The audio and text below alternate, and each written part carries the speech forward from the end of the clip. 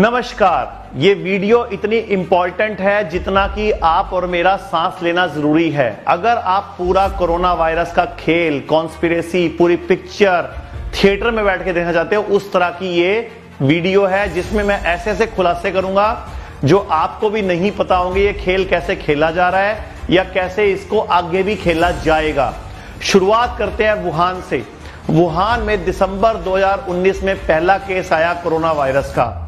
Doctor Li Wenliang, जिसने इसका सबसे पहले नाम बताया, बाद में उसको जेल में डाल दिया गया, बाद में उसको बताया गया कोरोना वायरस से मर गया, लेकिन जिसने उसको गोली मार के मारा उसकी वीडियो सामने आई, उसकी न्यूज सामने आई। मतलब शुरू से ये पिक्चर है कॉन्स्पिरेसी, सस्पेंस, थ्रिलर सबसे भरी हुई है।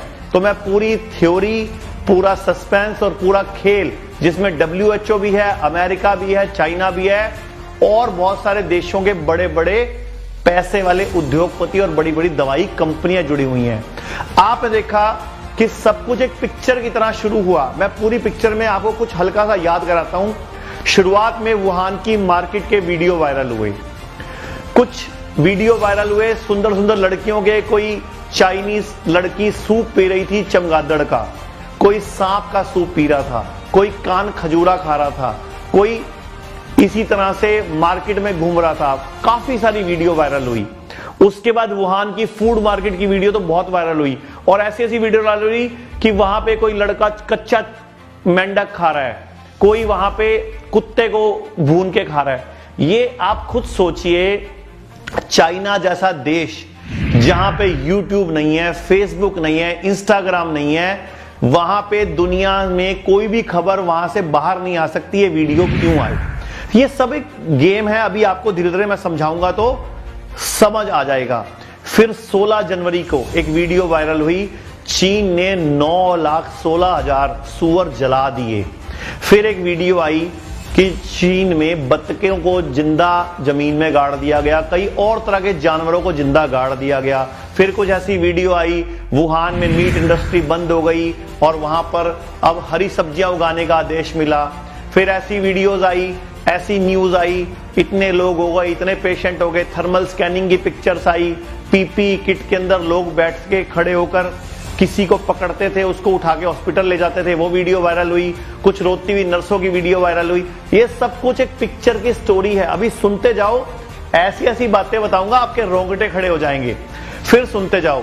फिर धीरे धीरे वुहान को लॉकडाउन कर दिया गया और चाइना के कुछ और एरियाज को भी लॉकडाउन करके वायरस की न्यूज जो चीन चाहता था सिर्फ वही खबरें बाहर आती थी।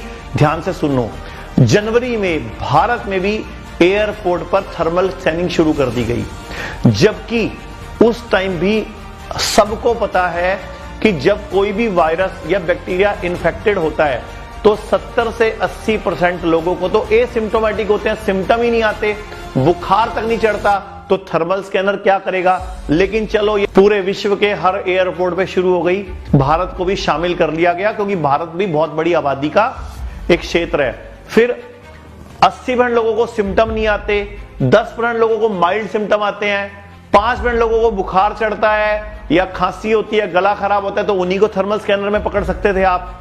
उसके बाद धीरे धीरे इंडिया के अंदर भी लोग एंटर करना शुरू हो गए। फिर चीन के केस आए, फिर धीरे धीरे और जगह के केस आए और कोरोना नाम का हथियार जो कोरोना के नाम से मार्केटिंग के लिए तैयार हुआ, उसका खेल शुरू हो गया। ऐसे ही कुछ खेल swine flu, MERS, SARS, avian flu, Ebola, Zika के टाइम पे भी खेले गए। अब स्टोरी में ट्विस्ट लेके आते हैं। स्टोरी में ट्विस्ट क्या है? मैं आपको कुछ फिगर्स, कुछ आंकड़े बताने लगा हूं। विश्व की कुछ बड़ी कंपनियों के नाम बोल रहा हूं मैं। Johnson and Johnson 19 lakh crore की कंपनी है। नोवाल्टिस 16 लाख करोड़, मर्क 11 लाख करोड़ और नोवोडिस्क 9.5 लाख करोड़ की कंपनी है। अब मैं कुछ भारतीय कंपनियों की फिगर भी बताता हूं। Sun Pharma 1.5 lakh crore, doctor Reddy 60,000 crore, Lupin 80,000 crore, Aurobindo Pharma 49,000 crore, Torrent Pharma 41,000 crore, Cipla 50,000 crore, Divi's lab 61,000 crore. ये कुछ ऐसी फिगर्स मैंने आपको बताई। हजारों करोड़ और लाखों करोड़ का दवाई कंपनियों के कारोबार हैं, इसको जिंदा रखना होता है। कुछ कंपनियां जो वैक्सीन बनाती हैं उनकी फिगर्स अलग हैं। प्लस मैं आपको 2015 की एक चौंकाने वाली खबर दिखा रहा हूं। 2015 में दुनिया का एक बहुत बड़ा विलय हुआ था। वो विलय था फाइजर और एलर्जन के बीच में। फाइजर कंपनी 14 लाख करोड़ की है, एलर्जन 8 लाख करोड़ की है। इन दोनों का मर्जर हुआ था और इनके मर्जर में क्या लाइन लिखी हुई है इस न्यूज़पेपर में कि विलय करने के बाद हम 3 मुख्य काम करेंगे। नई शोध करेंगे, नए एंटीबायोटिक और नए एंटीवायरल डेवलप करेंगे, खोजें करेंगे, नई दवाएं बनाएंगे, वायरसों पे काम करेंगे, दवाओं के विकास पे हम काम करेंगे। और इन दोनों को उस टाइम पे जो वैल्यूएशन मिली वो 24 लाख करोड़ की मिली। दुनिया में तीसरा बड़ा मर्जर था ये। 1999 में पहले वोडाफोन और एयरटच का था 13 लाख करोड़ का। 2000 में टाइम वार्नर और एओएल का था 12 लाख करोड़ का। और 2015 में फाइजर और एलर्जन का ये 22 लाख करोड़ का मर्जर था। मैं जस्ट आपको कुछ आंकड़े बता रहा हूं कि कैसे हजारों लाखों करोड़ का ये धंधा है। अभी इस धंधे में आगे बढ़ते हैं, आपको आपकी भूमिका भी पता लग जाएगी, WHO की भूमिका भी पता लग जाएगी और चीन और अमेरिका क्या करते हैं वो भी पता लग जाएगा। एक वायरस जब 20 सेकंड साबुन से हाथ धोने से मर सकता है तो क्या हमारा शरीर उसको नहीं मार सकता? जब कुत्ते, बिल्ली, बंदर, शेर खुद अपनी बॉडी को हील करने की टेक्निक जानते हैं, बॉडी के अंदर के अपने वायरस बैक्टीरिया को मारना जानते हैं, तो क्या हम इंसान नहीं जानते हैं? लेकिन हमें इस गेम का एक मोहरा बनाया गया। सबसे पहले WHO को चीन ने इंफॉर्मेशन दी कि यह वायरस पर्सन टू पर्सन नहीं फैलता। फिर WHO ने भी मोहर लगा दी, फिर कहा फैलता है, फिर बोला इंसान से जानवरों में नहीं फैलता। लेकिन मार्च में हमने सुना शेर को भी हो गया, कुत्तों को भी हो गया, 2 बिल्लियों को भी हो गया। अब 1 फरवरी से 14 फरवरी तक चाइना की रिसर्च में यह बोला गया कि यह स्टूल से, फीकल मैटर से भी फैलता है और यह रिपोर्ट पब्लिश हुई 9 मार्च के। और 26 मार्च को भारत के टीवी चैनलों पर अमिताभ बच्चन जी को पेश कर दिया गया कि आप बताओ जी, खुले में शौच नहीं करना क्योंकि मक्खी बैठेगी, वहां से भी वायरस फैलता है। मतलब ये हमें डराने का, इस पूरी पिक्चर, अभी स्टोरी बाकी है।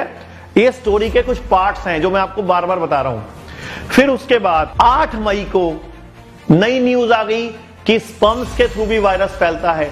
ये आम आदमियों के लिए तो चौंकाने वाली खबर है। टॉयलेट करेंगे तो भी वायरस चला जाएगा। अभी तक तो छींकने और खांसने से फैल रहा था, मास्क लगा लिया। आपको ये सारी एक साजिश के तहत चीजें बाहर आती हैं। अब मैं आपको आगे का खेल बताता हूं।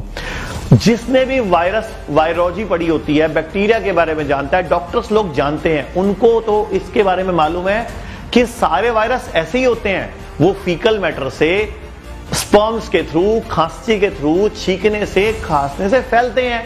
हजारों साल पहले आयुर्वेद में हमारे आचार्यों ने, ऋषियों ने तब बोल दिया था कोनी पे छींको, जम्भाई मत लो, खाना अकेले में खाओ, टेंशन हो मत खाओ। यानी कि हमारे आयुर्वेद में तो हजारों साल पहले लिखा हुआ है। लेकिन अब साइंस रिसर्च करती है, हाथ धोने चाहिए, खाना ऐसे खाना चाहिए, वैसे खाना चाहिए। अब इस खेल में जो सबसे बड़ा खलनायक है अभी तक चीन है। 2009 में भी स्वाइन फ्लू फैला था, उस टाइम पे ये खेल अमेरिका ने खेला था। आज इस खेल की चाबियां, इस खेल का सारा कंट्रोल चाइना के हाथ में है। तब अमेरिका था, अब चाइना है। बीच में कोई ना कोई और देश भी कोशिश करते रहते हैं। लेकिन मैं आपको बताता हूं, WHO के चीफ गैब्रेसिस ने दिया पूरा साथ इस चीन जैसे धूर्त देश का। मैंने 6 अप्रैल 2020 को एक वीडियो मेरे YouTube पे और Facebook पे भी डाली, आप चेक कर सकते हो, जिसमें मैंने WHO के गैब्रेसिस और चीन का पूरा कच्चा चिट्ठा खोला है। उसमें जी न्यूज, ABP न्यूज जो उन्होंने खुलासे किए थे वो भी मैंने उसमें यूज किए हैं। मेरे एक बहुत अच्छे मित्र हैं डॉक्टर विश्वरूप राय चौधरी, उन्होंने भी बहुत सारी वीडियोस YouTube पे डाली जो डिलीट कर दी गई, क्योंकि कंप्लेंट करो YouTube पे कोई भी डॉक्टर कर देता है तो डिलीट कर देते हैं। और एलोपैथी वालों को ही सबसे बड़ा खतरा है इस टाइम पे, क्योंकि वो एक्सपोज हो रहे हैं, उनके सच खुल रहे हैं। राजीव दीक्षित जी ने भी कई साल पहले एक वीडियो बनाई थी, मैं आपको वो क्लिप दिखाता हूं। विरोध, ताजा उदाहरण, महाराष्ट्र में 6 लाख मुर्गियों को मार डाला। क्या तर्क है? एवियन फ्लू होगा। हुआ है किसी को? लगभग 15 दिन हो गए हैं, मैं पूरे भारत के कई हॉस्पिटल्स के साथ लगातार संपर्क में हूं कि आपके पास कोई एवियन फ्लू का केस आया हो तो बताइए। कहीं नहीं आया। फिर 6 लाख मुर्गियों को मार डाला किस आधार पर कि उनसे वायरस फैल सकता है। फैला तो नहीं है, फैल सकता है इसकी गारंटी क्या है। और भारत एक ऐसा अद्भुत देश है दुनिया में जहां कोई भी वायरस जल्दी से फैल नहीं सकता, क्योंकि सूर्य का प्रकाश इतना तीखा है, इतना तेज है कि सैकड़ों किस्म के वायरस तो ऐसे ही मर जाते हैं। यूरोप में यह समस्या है कि वहां बहुत तेजी से वायरस फैलते हैं क्योंकि साल में 9 महीने सूर्य का प्रकाश नहीं होता है। यूरोप के सभी देशों में आप जानते हैं एक साल में 9 महीने सूर्य का दर्शन नहीं होता, और साल में 6 महीने तो -40 डिग्री सेंटीग्रेड तापमान होता है।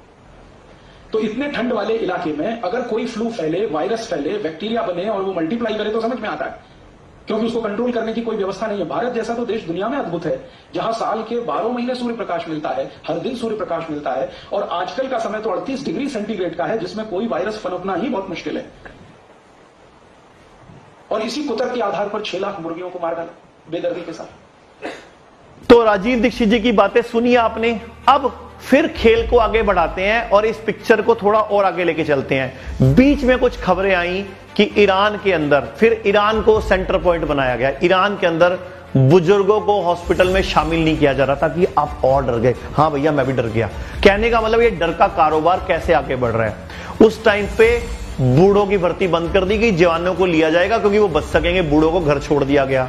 फिर धीरे धीरे ईरान से सुई घूमते घूमते जर्मनी में पहुंच गई, फिर स्पेन को टारगेट किया गया, फिर स्पेन के कुछ वीडियो वायरल हुए, फिर उसके बाद अमेरिका आ गया मेन टारगेट। अमेरिका में बार बार न्यूज आ रही है वेंटिलेटर की कमी, पीपी किट खत्म, नर्सें रो रही हैं, ऐसी ऐसी वीडियोज आ रही हैं। फिर बीच में ईरान की फिर वीडियोज आई कि कुछ मुर्दों को मौतें ज्यादा हुई हैं, दिखाई कम जा रही हैं। जबकि दिसंबर और जनवरी में चीन पूरे विश्व से पीपीई किट, मास्क का आयात कर चुका था क्योंकि वहां वायरस पहले फैला था, लेकिन पूरे बाकी मुल्कों में इसकी कमी हो गई। ये तो शुक्र है भारतीयों का दिमाग बिल्कुल अलग चलता है। आज भारत कितनी अच्छी पीपी किट बना रहा है, मास्क बना रहा है, सैनिटाइजर बना रहा है, तो अच्छी बात है। लेकिन अब मैं आपको फिर बताता हूं, फिर चीन ने पूरे विश्व की पीपीई किट और मास्क इकट्ठे कर लिए। अब जब ईरान को जरूरत पड़ी, भारत को जरूरत पड़ी, तो उसने महंगे दामों पे घटिया क्वालिटी की पीपीई किट भेजी। तो जानी कि अभी तक भी सारी खेल चाइना पे ही घूम रहा है। 15 मार्च 2020 को एक जर्नल चाइना ने पब्लिश किया था कि 90% लोगों को हमने अपने ट्रेडिशनल मेडिसिन, जिसको TCM बोलते हैं, ट्रेडिशनल चाइनीज मेडिसिन से ठीक किया। और 24 मार्च 2020 को ये वहां के चाइना डेली न्यूज़पेपर में प्रकाशित भी हुआ। और मैंने 17 अप्रैल को एक वीडियो बनाई थी मेरे फेसबुक पेज पे, आज भी पड़ी है। यूट्यूब से डिलीट कर दी गई है क्योंकि आपको पता है यूट्यूब पे बहुत सारी वीडियोस मेरी भी डिलीट हुई हैं, और भी कई लोगों की, डॉक्टर विशु राय चौधरी की, राजीव दीक्षित जी के कुछ समर्थकों की भी डिलीट हुई हैं, क्योंकि ये चल रहा है। आपको मैं बता रहा हूं, ये पिक्चर अभी बाकी है। ये जो मैं आपको बता रहा हूं इसको एक पिक्चर समझ लीजिए। और अभी हम पिक्चर के लगभग मध्य में पहुंचे हैं।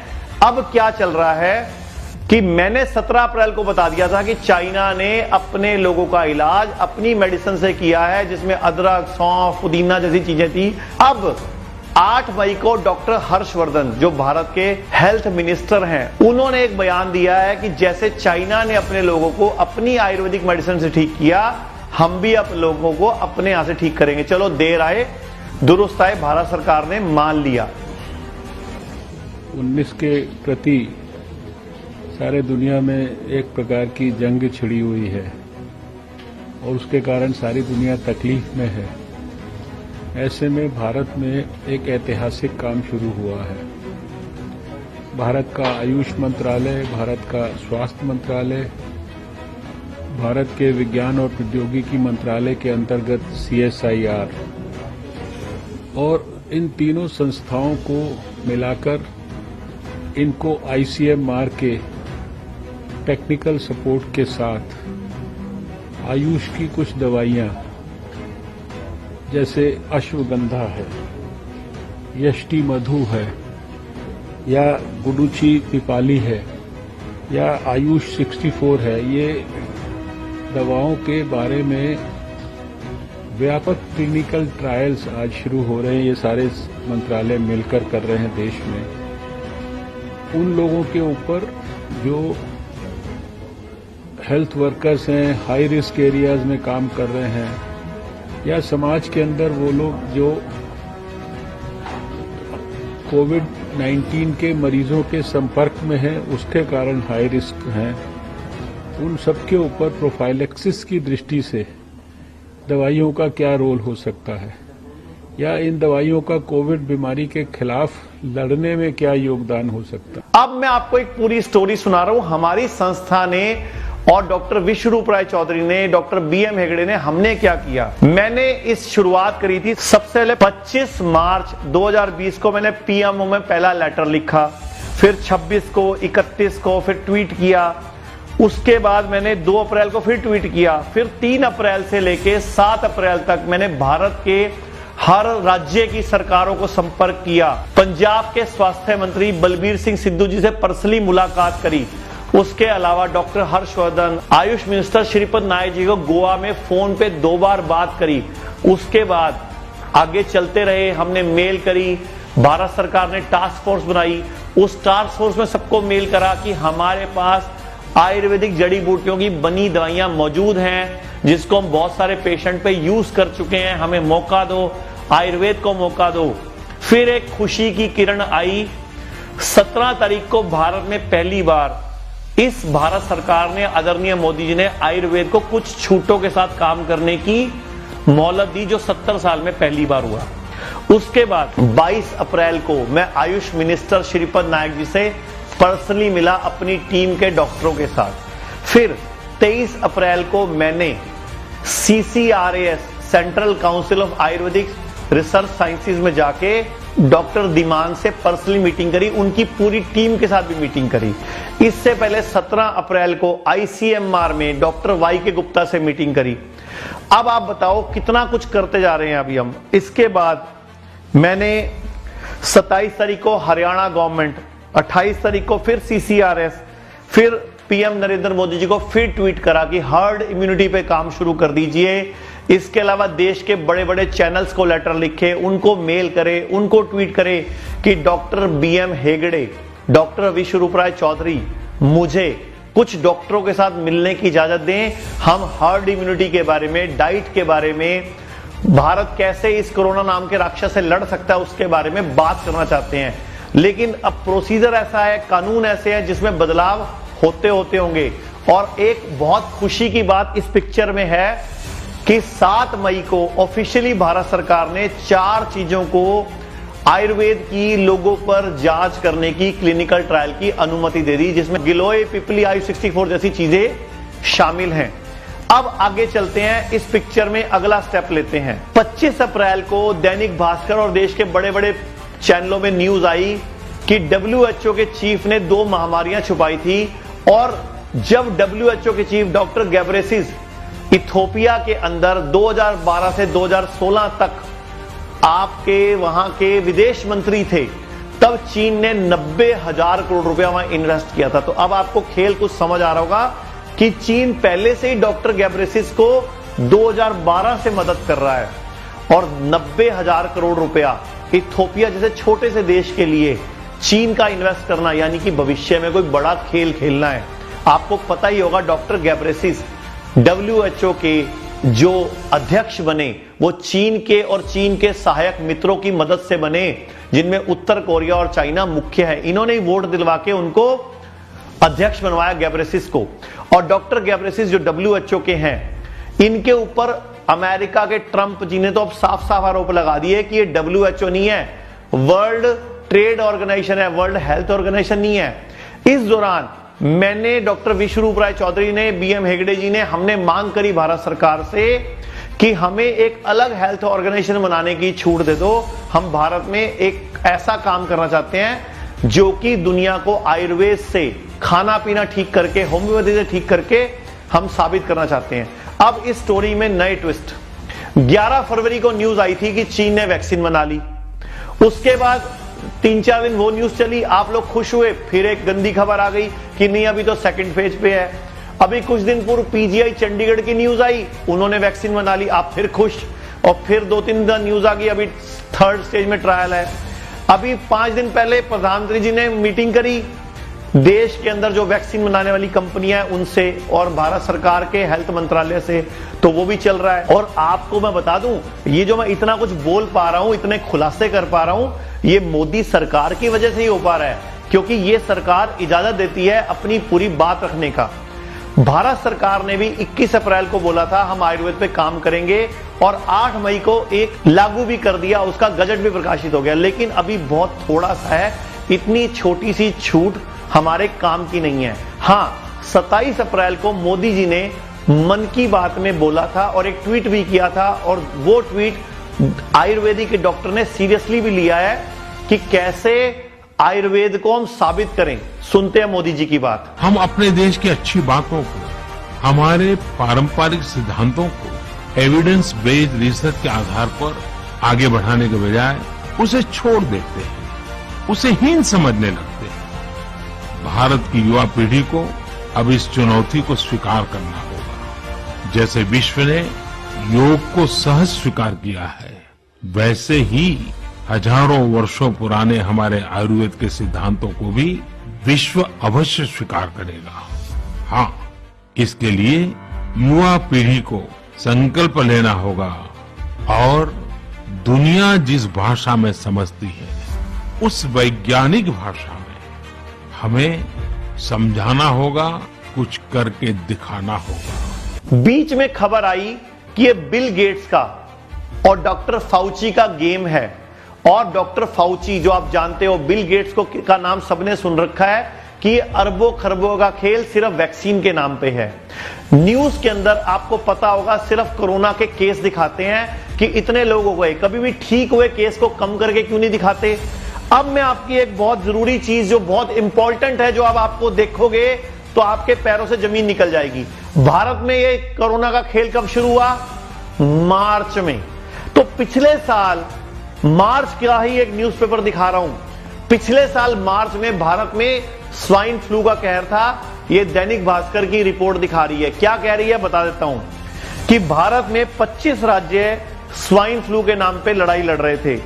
21,000 मामले सामने आ चुके थे, 750 लोगों की मौत हो चुकी थी, और तमिलनाडु में, राजस्थान में, महाराष्ट्र में और गुजरात में स्वाइन फ्लू जैसी बीमारियों से निपटने के लिए जन स्वास्थ्य विभाग लगा हुआ था, और उन्होंने कई जगह पे स्वाइन फ्लू को फैलने से बचने की कोशिश करने के लोगों को उपाय बताए। तो ये तो 2019 की खबर हो गई।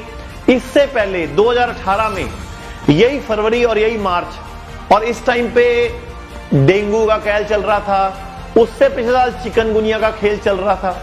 हर साल ये खेल क्यों चलता है? आपके मन में डर पैदा रखने के लिए, आपको अपना उपभोक्ता बनाए रखने के लिए। मैंने कुछ हजारों करोड़ की फिगर बताई थी ना अभी, कि फलानी कंपनी इतने लाख करोड़ की, फलानी कंपनी इतने हजार करोड़ की। ये बहुत बड़ा गेम है। अब मैं आपको एक न्यूज़पेपर दिखा रहा हूं। ये एक न्यूज़पेपर है 2015 का मेरे हाथ में, कि हमारे देश के अंदर जो हार्ट के पेशेंट हैं उनके और यूरोपियन के वाल में 3 गुना का अंतर है। तो हमारा देश का IMA तो उनके रूल फॉलो करता है कि स्टंट कितना डलेगा, बाईपास सर्जरी कैसी होगी। तो आप सोचो, जब हमारे हार्ट की और वाल की दूरी 3 गुने का फर्क है, क्या प्रोटोकॉल हमारा अलग नहीं होना चाहिए? तो जितने लोग आज तक हार्ट की सर्जरी करा चुके हैं, जितने लोग आज तक हार्ट में स्टंट डला चुके हैं, सोचो उनके दिल पे क्या बीतेगी ये खबर देखकर। लेकिन इस खबर को किसी भी बड़े चैनल ने मुख्यतः रूप से नहीं दिखाया। अमेरिका की बोस्टन यूनिवर्सिटी ने रिसर्च की थी कि अगर आप कोई भी ट्रांसप्लांट कराते हो, घुटने का, कूल्हे का, लीवर का, तो आपको हार्ट की तकलीफ हो सकती है। अब आप ये बताओ, ये वीडियो मैं क्यों बना रहा हूं? ये मैं आपको एक वीडियो ना बना के एक पिक्चर दिखा रहा हूं कि देश में विदेश में खेल कैसे खेला जाता है। और अब वो वक्त आ गया जब इस खेल का सबसे इंपॉर्टेंट पार्ट पढ़ रहा हूं मैं। इंपॉर्टेंट पार्ट क्या है, ध्यान से सुनो। मेरे हाथ में 2015 की 2 अखबारें हैं।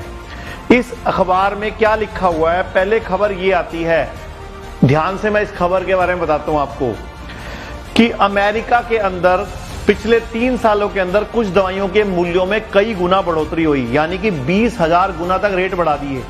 जैसे एक दवाई है डॉक्सीसाइक्लिन हाइक्लेट, ये एक सामान्य एंटीबायोटिक है। 3 रुपए की गोली थी 2013 में, 2014 में 245 की कर दी गई। 8200% रेट बढ़ गया। डाइगोक्सिन 7 रुपए की गोली थी, 72 रुपए की कर दी गई 2014 में। एल्ब्यूट्रेल सल्फेट 7 रुपए की गोली थी, 287 की कर दी गई। प्रोएक्स 25 रुपए की गोली थी 2013 में, 195 की कर दी गई 2014 में। ग्लाइकोप्लोरोएट 430 रुपए की गोली थी 2013 में, 8500 रुपए की कर दी गई 2014 में। ऐसी प्रावास्टेटिन सोडियम 3 रुपए की गोली थी और 26 रुपए की कर दी गई 2014 में। ऐसे ही जितने भी लोग शुगर की गोली, बीपी की गोली, थायराइड की गोली रोज खाते हैं, शुगर की गोली, बीपी की गोली 2015 से पहले भारत में 1 रुपए की, 1.5 रुपए की, 2 रुपए की होती थी। धीरे धीरे वो 3 की हुई, 4 की हुई, 8 की हुई, आज 10 रुपए की भी, 15 रुपए की भी, 25 रुपए की भी, 50 रुपए की गोली भी शुगर की, बीपी की, जोड़ों के दर्द की मिलती है। तो यही खेल मैं आपको दिखाना चाहूंगा। एक मैं आपको दिखाना चाहूंगा, ये न्यूज़पेपर क्या कहता है कि भारत में एंटीबायोटिक रेजिस्टेंस बढ़ रही है। आपको पता है पिछले 8-10 सालों में कोई भी नई एंटीबायोटिक बाजार में नहीं आई। क्यों नहीं आई? क्योंकि एक एंटीबायोटिक बनाने पे 8 से 10 हजार करोड़ रुपए खर्च होता है। कम से कम 10 से 15 साल क्लिनिकल ट्रायल करना जरूरी है, उसके बाद ये एंटीबायोटिक बाजार में आते हैं। और कोई भी कंपनी अब इतना रिस्क नहीं लेती, क्योंकि पहले WHO के साथ मिलकर अमेरिका ने, चाइना ने खेल खेल लिए। अब विश्व एक ओपन बाजार है, अब कोई भी ला सकता है। अभी हम कुछ बातें देखते हैं कि हमारे दिमाग को हर तरफ से बांध दिया जाता है। जैसे चाइना में पहले वीडियोस आए थे, पीपी किट में कार के अंदर से लोगों को निकालते हैं, पीछे सायरन बज रहा है, उसको लेके हॉस्पिटल ले जाते हैं। अभी भी भारत में क्या हो रहा है, एक कोरोना का पेशेंट मिलता है, उसके पूरे घर को 14 दिन के लिए क्वारंटाइन कर देते हैं, पोस्टर लगाते हैं। अभी भी डर चल रहा है। अब आप सोचोगे अगर ये इतना ही बड़ा कारोबार है तो क्या भारत की सरकार, बड़े बड़े मंत्री, मिनिस्टर्स, इसके अलावा बड़े बड़े अफसर इसमें शामिल है? नहीं, ये अब भारत में संभव नहीं है। पूर्व की सरकारों का तो हम कह सकते हैं। अब भारत की सरकार ने कितना अच्छा काम किया आयुर्वेदा को छूट देने का। अभी हम आयुर्वेदा की एक और मांग उठाने लगे हैं भारत सरकार के सामने कि जो इंजेक्ट करने वाले इंजेक्शन भी आयुर्वेद में बनते थे, उन पर बैन लगा दिया गया था एक षड्यंत्र के तहत, उनको भी खोल दिया जाए। तो मैं ये बोलना चाहूंगा, अभी भी ये पिक्चर अभी आधी हुई है। अभी पिक्चर का एंड आप लोग डिसाइड करोगे। मैं आपको 3-4 ऑप्शंस दूंगा कि कौन सा एंड आप चाहोगे।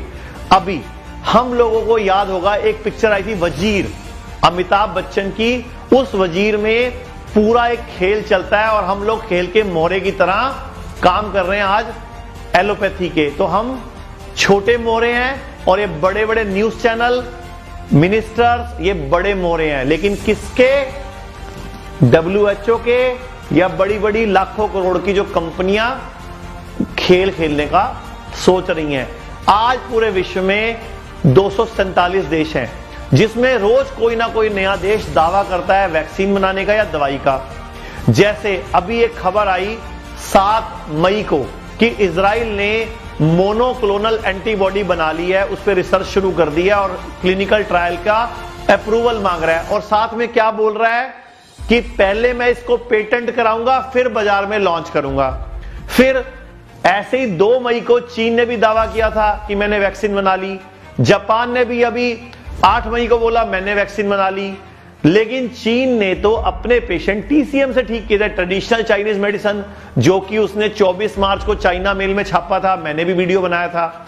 ऐसे ही 23 अप्रैल को PGI ने भी वैक्सीन का दावा किया था। आप एक चक्रव्यूह के अंदर हैं और कौन है? उपभोक्ता। आपकी जेब से क्या चाहिए बड़ी बड़ी कंपनियों को? पैसा। अब फिल्म जो चल रही है, इसके अब संभावित 3 एंड हो सकते हैं।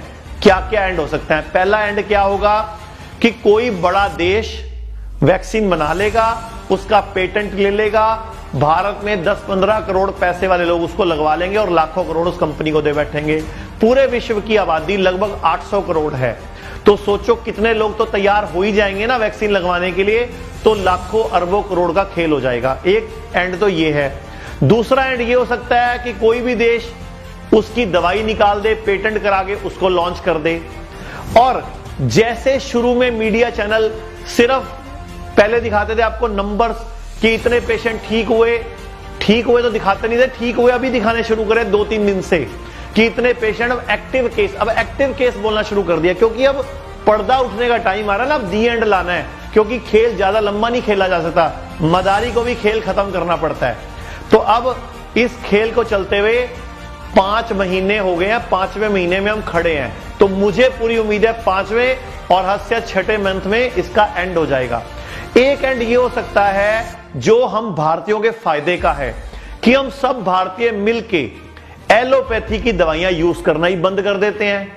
हम जब भी कोई छोटी मोटी बड़ी बीमारी होगी पहले आयुर्वेद में आएंगे, होम्योपैथी में आएंगे।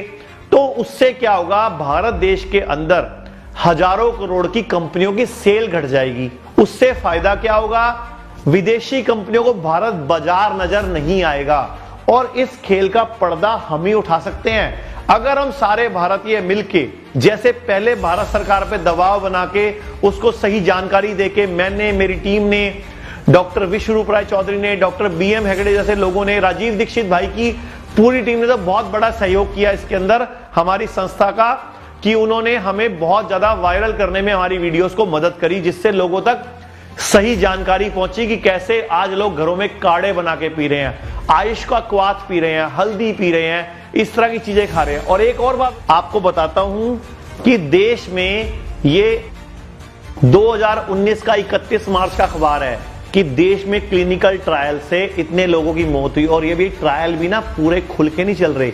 और ट्रायल में जब कोई मरता है ना तो उसको लाखों रुपए का मुआवजा मिलता है। इसी वजह से बड़ी बड़ी कंपनियां ट्रायल के लिए ऐसे देशों को चुनती हैं जो गरीब हैं। और भारत को पूरा विश्व ट्रायल के लिए क्यों चुनता है, क्योंकि भारत में हर तरह की दुनिया, हर तरह की आबादी है, हर तरह के लोग हैं। मतलब भारत एक ऐसा इकलौता देश है पूरे विश्व में जहां सारे मौसम हैं। विश्व के कई देशों में तो 3-4 मौसम है, यहां हर तरह की प्रजातियां पाई जाती हैं, इसलिए यहां ट्रायल ज्यादा होते हैं। और एक और मैं आपको बताना चाहूंगा, भारत में टीबी का भी बहुत बड़ा कारोबार है, हजारों करोड़ों का कारोबार है टीबी का। ये न्यूज़पेपर दिखाता हूं मैं आपको, टीबी डे पर छपा था। भारत में 40% लोग गुप्त टीबी के पेशेंट हैं। अब कोविड-19 को इतना खतरनाक बताया गया, तो आप ये बताओ कोविड-19 की फैलने की दर क्या है? CDC के मुताबिक सिर्फ 2 लोगों में फैलता है, लेकिन भारत सरकार के डिपार्टमेंट्स की माने तो टीबी, ट्यूबरकुलोसिस 14 लोगों में फैलता है। और टीबी का कोर्स इतना खतरनाक है, जो करता है उससे पूछो रोता है वो। टीबी 2 तरह की, एक होती है नॉर्मल जिसका ट्रीटमेंट लगभग 6 महीने चलता है, और एक होती है MDR जिसका ट्रीटमेंट लगभग 2 साल चलता है, और हजारों करोड़ का खेल है। मेरा सिर्फ कहने का मतलब यह है कि इस खेल के निर्माता तो हैं बड़ी बड़ी कंपनियां, बहुराष्ट्रीय देश और बड़े बड़े लाखों करोड़ के बजट्स और देश के अंदर से पैसा लूटने की होड़। लेकिन इस वक्त भारत में जो सरकार है वो आयुर्वेद की समर्थक है। वो चाहती है देश का पैसा देश में रहे, वो चाहती है भारत के लोग आगे आए। मोदी जी ने खुद अपील करी भारत के युवाओं से कि आप आओ आयुर्वेद को प्रूव करो।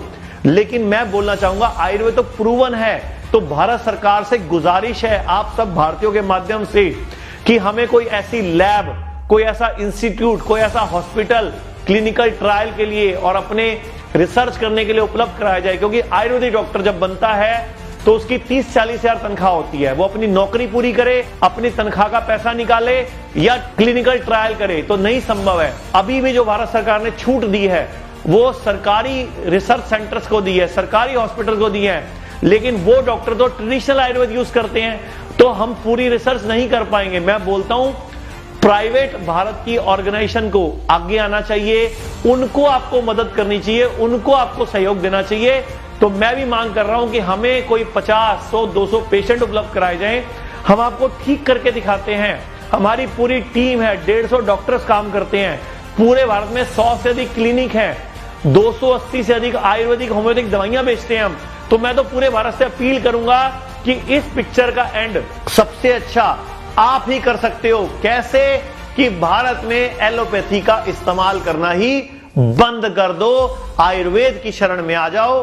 तो ऐसी पिक्चरें वरना हर 1-2 साल बाद, 10 साल बाद आती रहेंगी, कभी स्वाइन फ्लू के नाम पे, कभी एवियन फ्लू के नाम पे, कभी इबोला, कभी जीका, कभी मर्क, कभी सार्स, कभी कोव 1, कभी कोव 2, और चाइना और अमेरिका जैसे देश अमीर होते जाएंगे। आपको पता है ना चाइना ने कितनी धूर्ता करी, जो भी देश के शेयर बाजार डाउन गए, चाइना उसमें अपनी इन्वेस्टमेंट करने में लगा हुआ है। ये तो भला हो भारत सरकार में इस time Modi ji prime minister हैं, जिन्होंने इमीडिएट कानून बना के जितनी भी लोगों की सीमाएं, जितने भी देशों की सीमाएं भारत से लगती हैं, वो डायरेक्ट बिना गवर्नमेंट की परमिशन के इन्वेस्टमेंट नहीं कर सकते। तो मोदी जी को, अपने हर समर्थक को, भाई राजीव दीक्षित के समर्थकों को, विश्वरूप जी के समर्थकों को, सबको दिल से धन्यवाद। पिछले 1.5 महीने में जो आपने सहयोग किया, जिसकी वजह से भारत सरकार आज आयुर्वेद को मंजूरी देने पर तैयार हुई, लेकिन आगे भी आपका सहयोग चाहिए, ताकि हमें और भी क्लिनिकल ट्रायल की अनुमति चाहिए। और सबसे बड़ी बात, जब भी कोई ट्रायल हो तो डाइट बेस्ड प्रोटोकॉल होना भी जरूरी है।